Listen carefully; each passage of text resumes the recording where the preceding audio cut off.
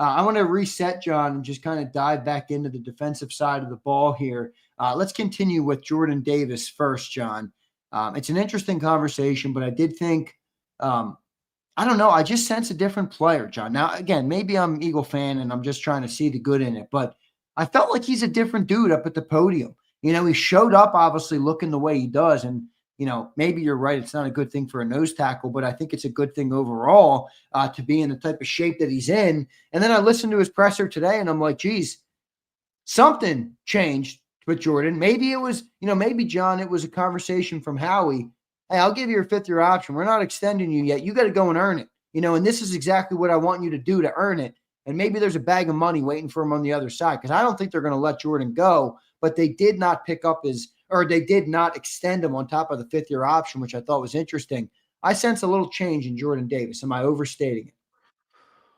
Well, he was asked to lose weight. So, yeah, I mean, he went down. They won him at 330 to 339. Everybody's got their little sort of weight clauses and things where the Eagles want them to be.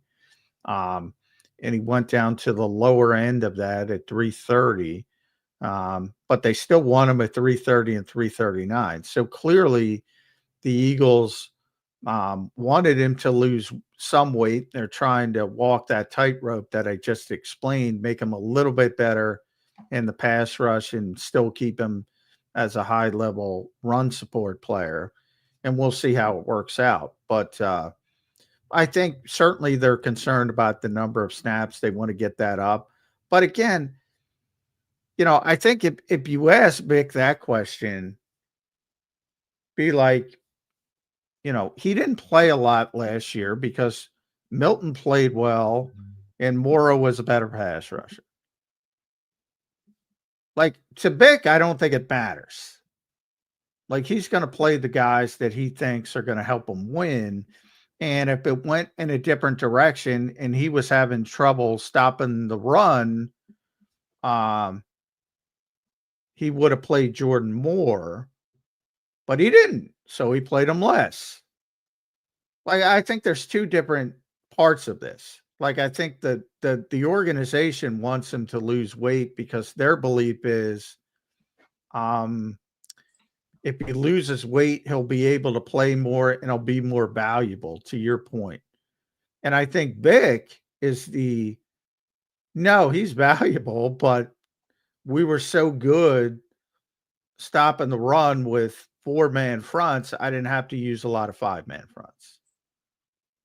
So again, a lot of times, wouldn't the unicorn and rainbow scenario there be, John, that you can play Jordan in the 4-man front, stop the run effectively, and get pass rush ability out of him? Yeah, but maybe that happens this year because you need it to happen. You didn't need it to happen last year. But if it could have happened last year, would they have used it more? Probably. It would have given Vic more leeway in the secondary and in the back end. No, because I've said it. How in the world is he going to be a better pass rusher than Milton Williams? Well, I think he has more athleticism and I don't know. Do you think he has more inherent talent than Milton Williams? Well, I think he's a better athlete from a combine perspective, although Milton was a tremendous athlete from a combine perspective. Milton is undersized, very similar to Morrow, undersized. But that's how the Eagles draft. They draft. So anytime you have a 6'6", 350 guy who can move like Jordan Davis, you get enamored with them. Right. Because you have size with the athleticism.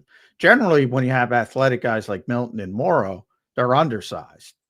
You don't see a lot. Don't you think though that would give Jordan a higher upside potential? Then I mean, he's bigger and faster. Well, I think that's why he got picked 13th overall. But right. I've said that, like, I heard, like, when Damo used to be on the show with us, he's like, well, maybe he could play outside. I'm like, yeah, I think people get enamored with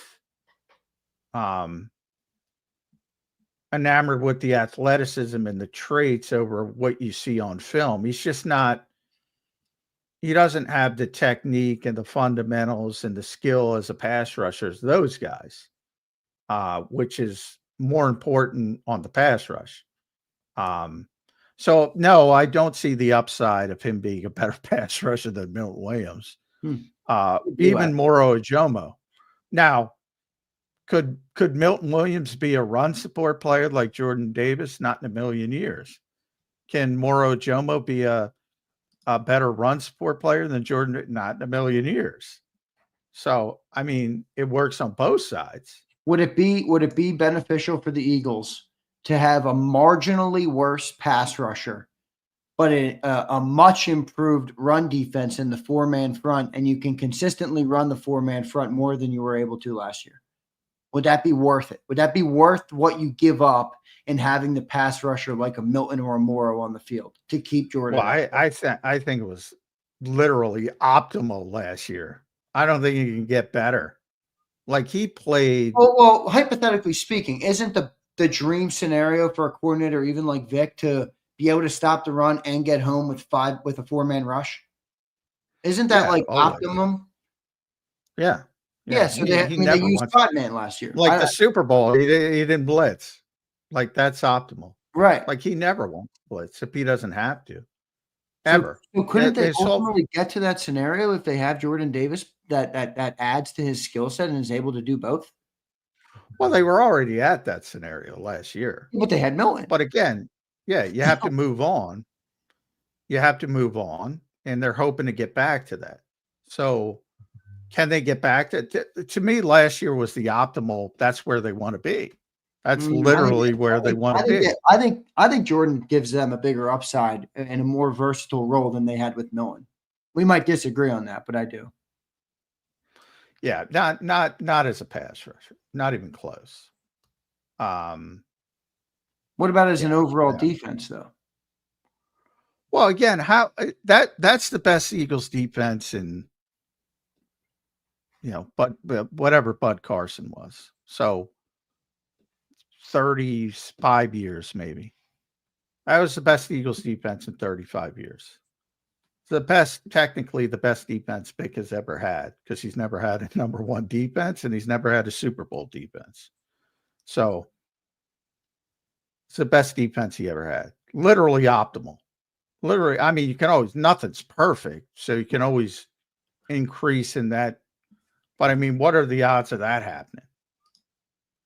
And from early in the season until later in the season, again, you can go back to the week 3 game in New Orleans when he was very concerned about stopping the run because New Orleans was running the football so effectively.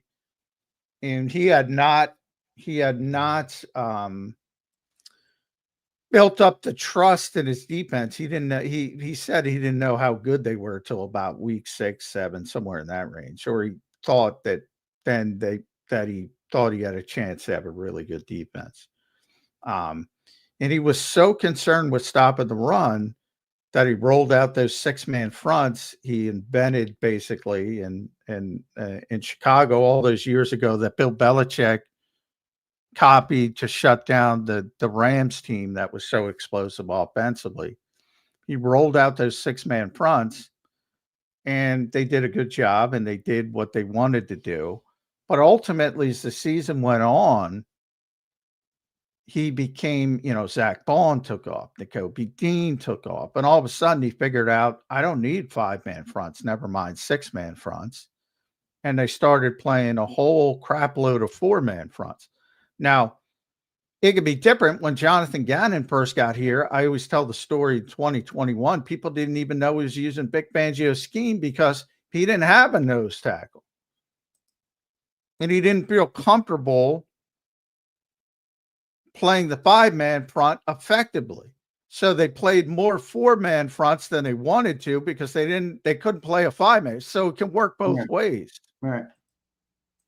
And I've been talking about this for years before you even did the show with me with Jody. And the day they drafted Jordan Davis, I said, this is a very, this is a pick that's going to be hard to understand for people. Yeah. Because he's a unique player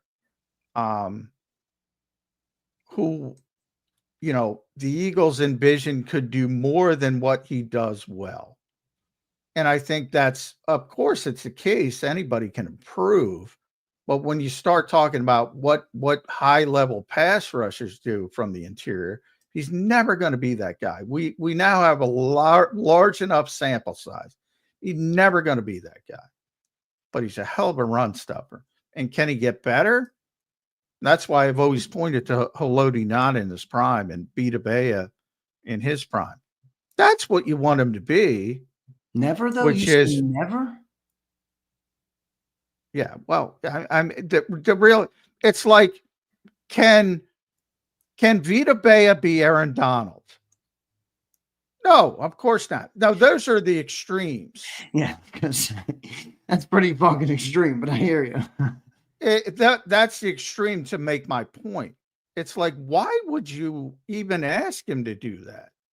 And said, it's like, would you ask Aaron Donald to be a nose tackle? Well, but I do think Jordan, I mean, you point out it's the extremes. Don't you feel like Jordan's kind of right in the middle? Like he's not really Vita Vea, but they want him to play like Vita Vea. But now that he's smaller, maybe they don't want him to. Like, I don't think he's there. I don't think he's that far. I think that was the hope. That was my hope. I don't know what their hope is, but my hope was that he could be a Vita Vea or a Haloti Ngata type player where he was the great nose tackle run stuffer, but he also could push the pocket very effectively. Because, and most people go to Dexter Lawrence, as I said on the show this morning. That's who most people go to, because Dexter Lawrence is the one nose tackle in this league that can rush the passer. Can he turn into Dexter Lawrence? Like, to me, it's a waste of time to compare him to Milton Williams. They're two completely different players. They play two completely different positions. I'm not asking Milton Williams to play nose tackle, and I'm not asking Jordan Davis to do the things that Milton Williams does as a pass rusher, as a 3 technique player. It's a waste of time. So if you look at somebody like Dexter Lawrence, who is so far above everybody else at his position as a pass rusher, can he get to that level? That to me is a better comp. But I mean, that's what I throw out that stat because it blew my mind. Most pressures from a nose tackle, 97. Second was 20 something. No, it is a crazy stat. One other question here, John. I disagree with some of you on it, but that's all right. Are we like making proclamations on the player too early? I mean, he's only 3 years in. Like, a lot of times it takes a while for defensive tackles to get to where they need to be at an optimal level to play well in the NFL. Like, Jordan's been here for 3 years. It's not 6. He's going into year 4. That's not really that long. I think he's 25 years old. Like, are we jumping the gun on what he can be and perhaps putting a ceiling and a limit on that player too early? I don't know. I find I'm the one who's been saying he's a very good player for a very long time. And I feel like everybody was like, oh, he's not very good. And now everybody's like, I'm putting a ceiling on him. I don't know what to say to that. I'm like, do I put a ceiling on him? Now, you never, as a coach or a scout, but I'm not a coach or a scout, but so, they're never going to put ceilings on players. You can always get better. You can always improve. But, that's just the nature of that industry. You have to be positive. You have to be optimistic. But, I mean, if you're asking me if he can play 3 technique at a high level in the NFL, or if he can play as an edge rusher at a high level in the NFL, as an observer, as somebody who follows the game, who has to give their opinions on the game, I'm going to be honest. I'm going to be a Vic Fangio level of honest. Yeah. Hell no. I'm not asking you to not be honest. That's part of why we love John McMullen, because you're honest. So I'm not asking you to be that. I'm just wondering if we've, when I say we, I don't just mean you or me. I mean kind of like the collective, the way the players talked about. I wonder if, maybe all of us have jumped the gun a little bit. Like, I don't know what he can be. I'm not ready to say he'll never be this player, but I also understand where you're coming from of, I'm not going to ask Vita Vea to be Aaron Donald and vice versa. I just feel like Jordan Davis is that weird gray area in the middle. And because he's so athletically gifted, the eternal optimist in me, John, believes that he has a massive upside. Well, I would focus on Dexter then. If you want the the top player at what, if he keeps improving, and it would be Dexter. It's got to be a certain style of player. It can't be, it can't be the undersized defensive tackle who's just quick as a hiccup. And, I mean, that's just unrealistic. And by the way, the Eagles will never ask him to do that because they're not that of the belief. I mean, again, and I'm using potential Hall of Famer as nose tackle versus under tackle. But there's a big difference between those two positions. But again, the labeling problem in the NFL, DT, they're all defensive tackles. So they're like, well, he's a defensive tackle. He's a defensive tackle.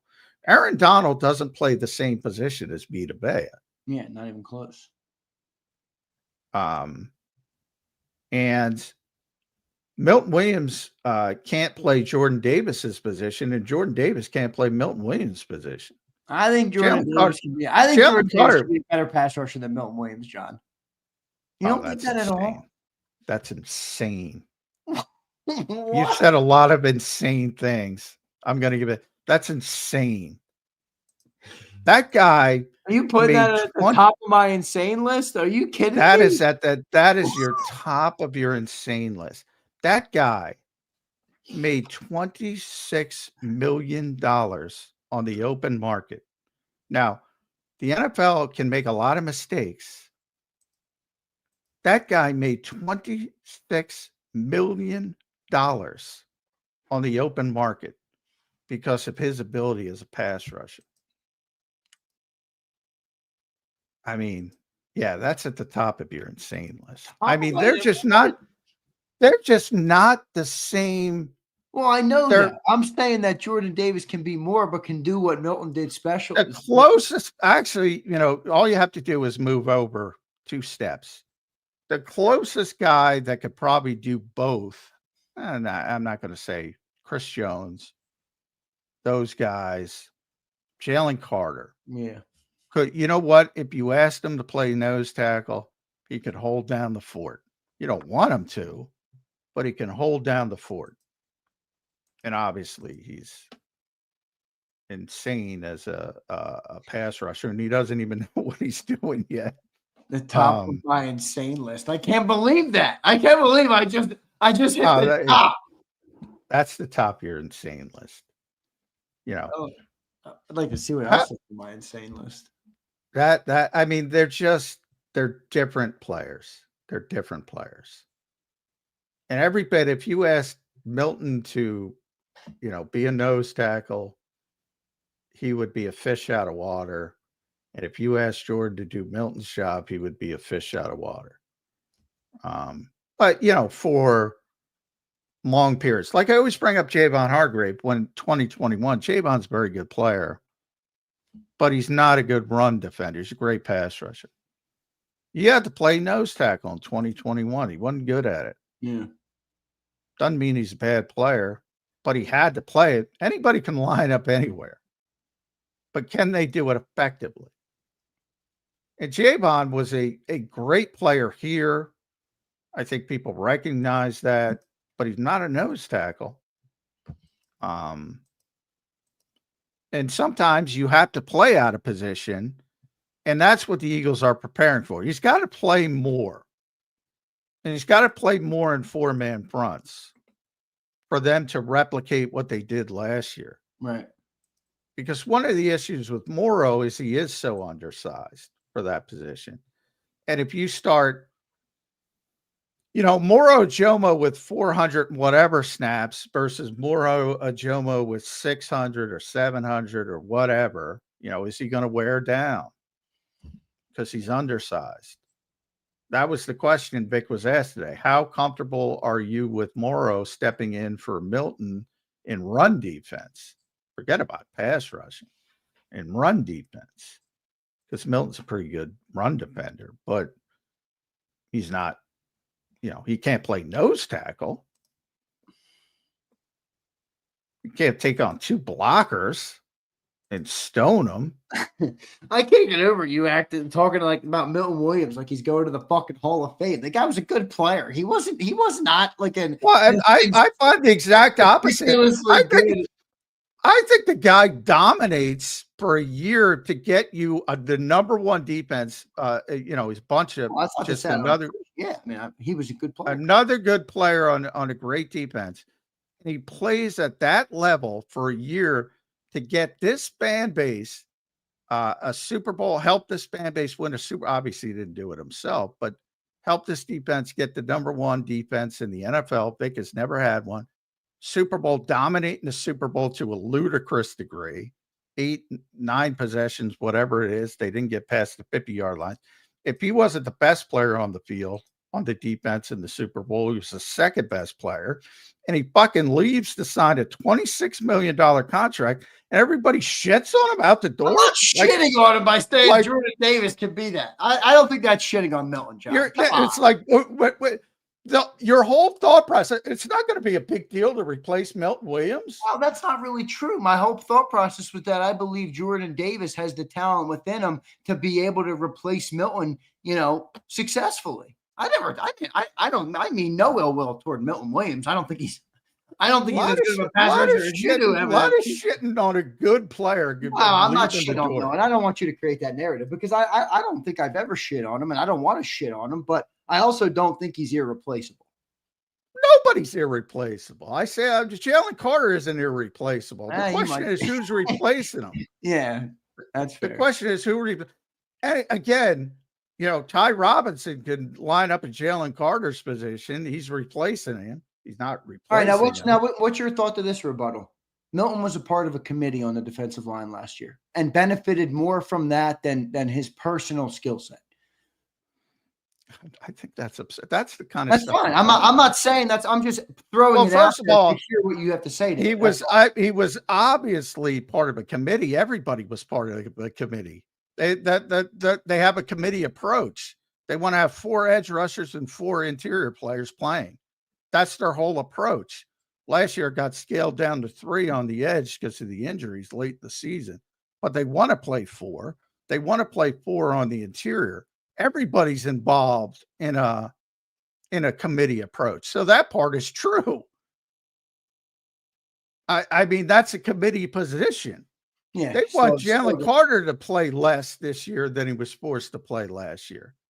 I mean, he had the huge spike from 500 snaps to over 1,000. They don't want him to play 1,000 snaps. They want to knock him down as well, even at his age. A very young guy, so he should be able to handle it for at least a few more seasons. But in a perfect world, they even want to take him down a notch. So the position as a whole is a rotational position. And the way the Eagles, and that's been going on for years over multiple schemes, with Jim Schwartz, the Big Fangio, and everybody in between. It's always been a rotational position here. There are certain guys. Max Crosby plays almost every play in Las Vegas as an edge rusher. Chris Jones plays a lot or has played a lot, and he's getting older. Jeffrey Simmons. There are certain guys, but nobody wanted Fletcher when he was here. Played too much. Jim Schwartz would say every year, we got to get Fletcher's snaps down. But then they're trying to win games, and you're not taking them off the field. I get it. Yeah. Makes sense. All right, John, let's move on a little bit here. Let's go into, I want to go into Keely Ringo, John. He is dominating the talking points still. Adoree Jackson making a push, got some first team reps today. Now, maybe you said it's a back and forth thing. It's going to be like that all year. Where's your thought process on Ringo? And do you think it's slow? His grasp on CB2 is slowly weakening. What do you think, John? No, come on.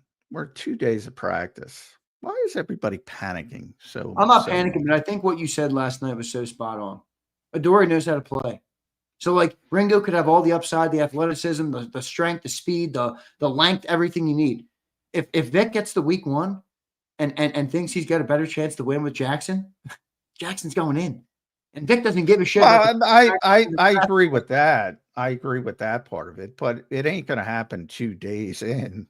Well, I know that. I'm trying to He's going to get plenty of opportunities. If he plays every day like he played on Wednesday, he's not going to win the job, and Adore's going to play. He played today and he was better. You know, that's, you know, Nolan Smith was talking to us today, and he just dropped it out of nowhere. You know, the old cliche of, you know, getting 1% better that everybody uses each and every day. And Nolan Smith just dropped in there. I got 1% worse yesterday because he didn't think he had a good day. And he was, you know, disappointed in himself. And he said today he bounced back and got 1% better. I would say the same thing about Kaylee Ringo. Yesterday he got 1% worse. Today he got 1% better.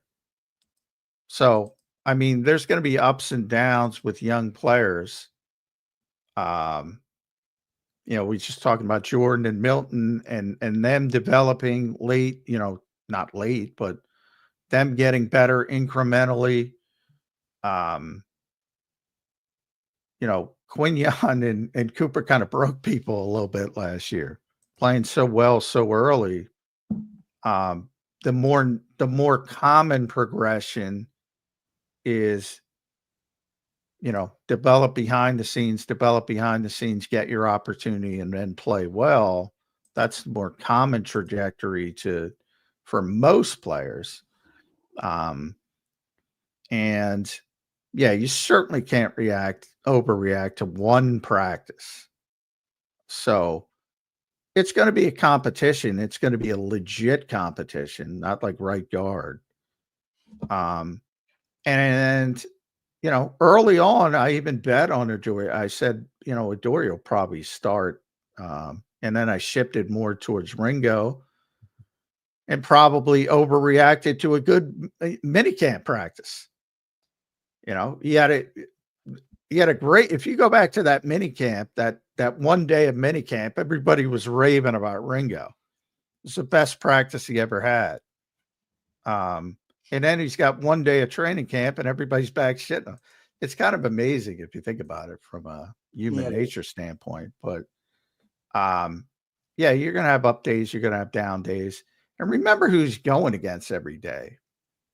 So what also Nolan said today, you know, he's like, I'm going against Lincoln every day. You know, you're going to have some shitty days. You're going against AJ, you're going to have some shitty days. Yeah, I get that. Believe me, I'm not trying to beat up on him for that. I think literally, any cornerback in football, any of them, take the highest paid dude who just got paid, freaking Sauce Gardner, Derek Stingley, they would struggle in camp in Philly. You're just not covering AJ Brown every play. I don't give a fuck who you are. You're just not covering him every play. That's how I feel about it. So I'm not really upset about that or concerned about that. But I don't know. I'm just trying to get a gauge in the position.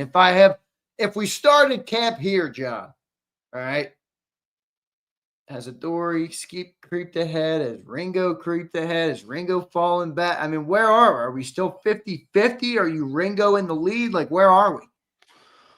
Well, it was never 50-50. Ringo's in the lead. So Ringo started what, 60-40?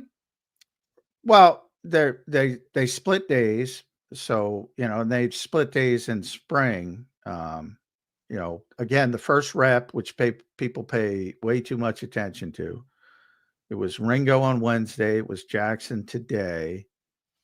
And it'll probably continue that way for at least a week or so. But Ringo's gotten more first team reps. So I think he's slightly ahead, just like if you went at safety, same thing. It was Sydney on Wednesday. It was Makuba today. But Sydney's gotten more.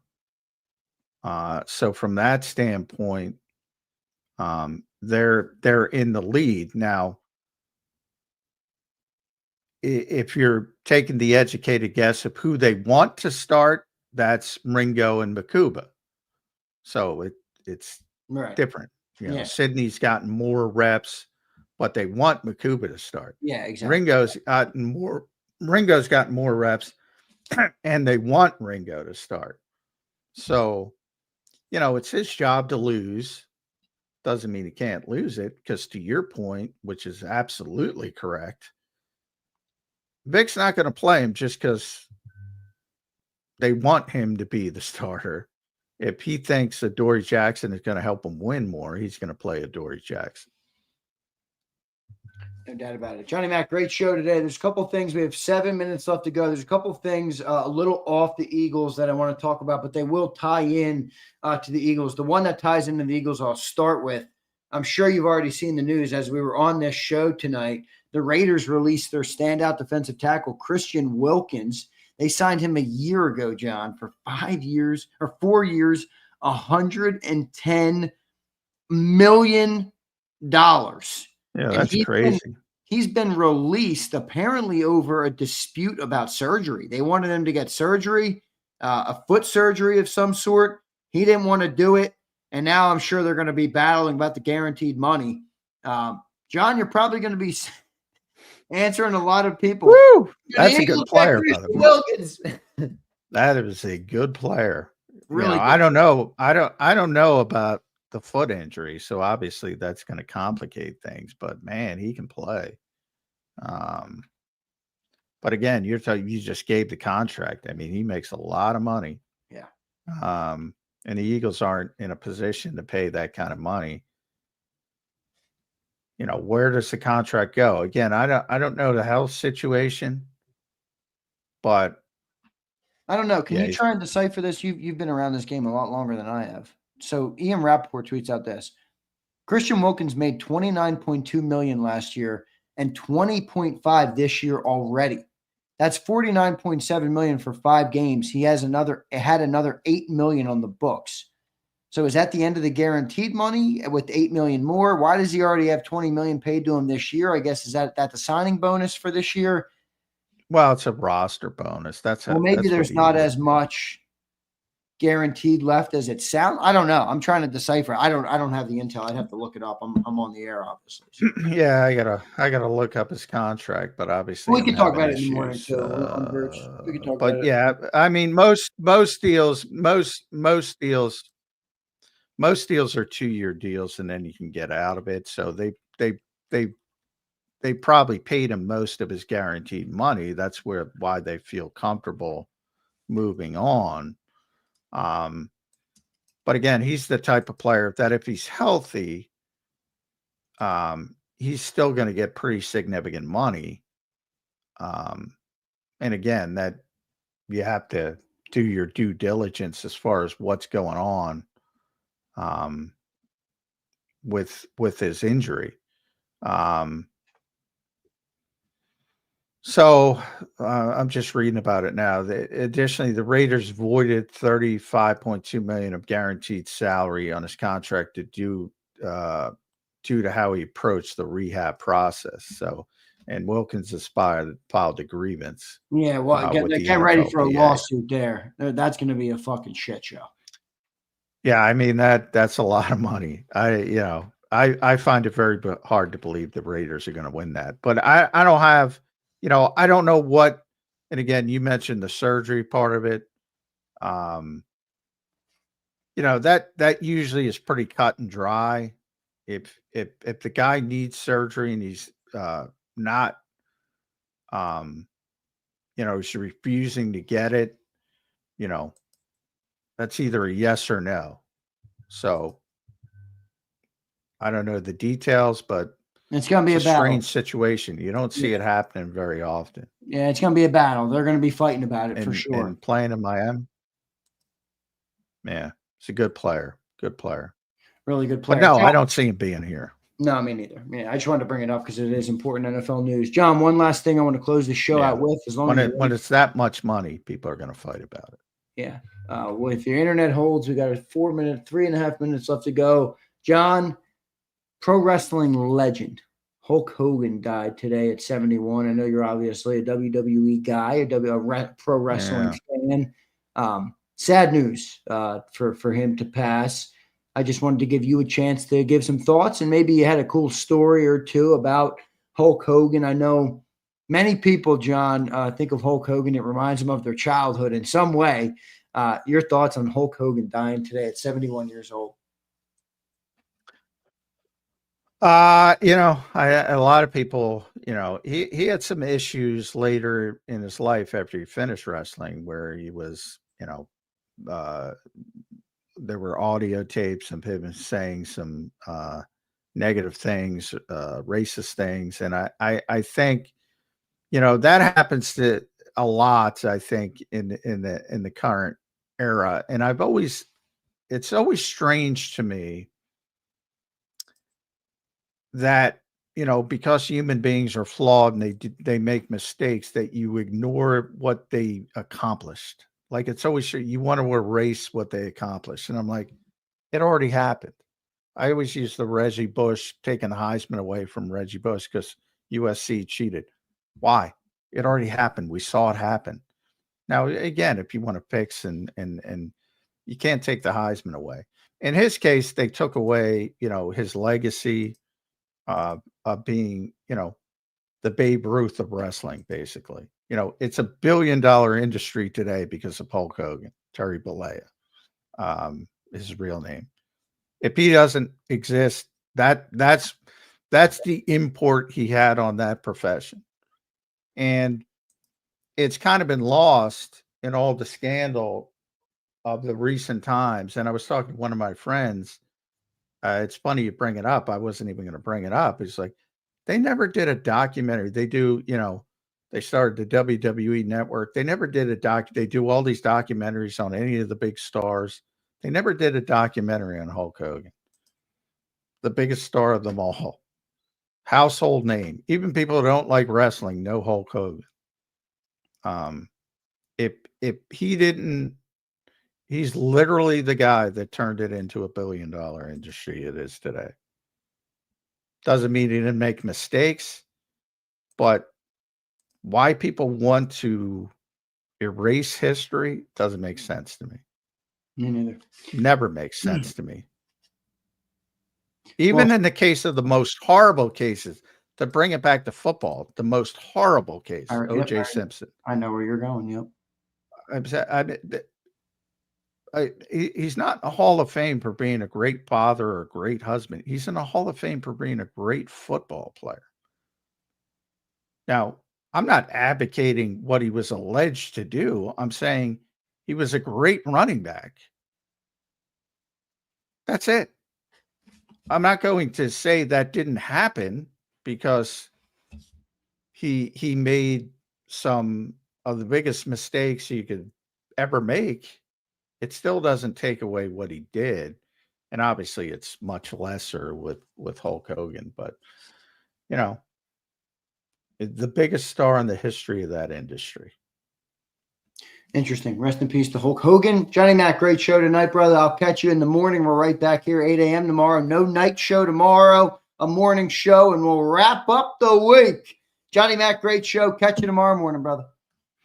All right. Thanks, all. All right, thanks, J-Mac. There's Johnny Mac joining us here on Birds 365. A great show tonight. All right, good conversation there to close it out.